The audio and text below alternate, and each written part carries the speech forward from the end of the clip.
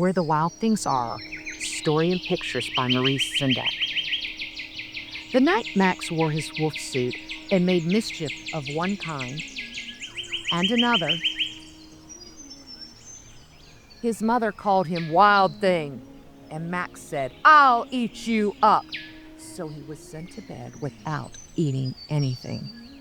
That very night in Max's room, a forest grew and grew and grew until his ceiling hung with vines and the walls became the world all around.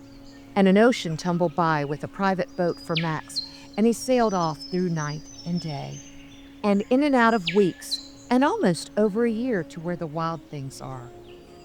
And when he came to the place where the wild things are, they roared their terrible roars and gnashed their terrible teeth and rolled their terrible eyes and showed their terrible claws, till Max said, "Be still," and tamed them with the magic trick of staring into all their yellow eyes without blinking once. And they were frightened and called him the most wild thing of all, and made him king of all wild things. "And now," cried Max, "let the wild rumpus start."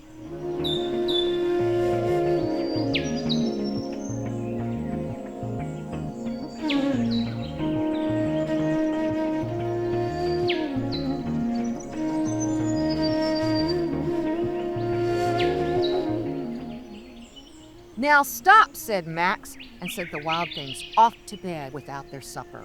And Max, the king of all wild things, was lonely and wanted to be where someone loved him best of all. Then all around, from far away across the world, he smelled good things to eat.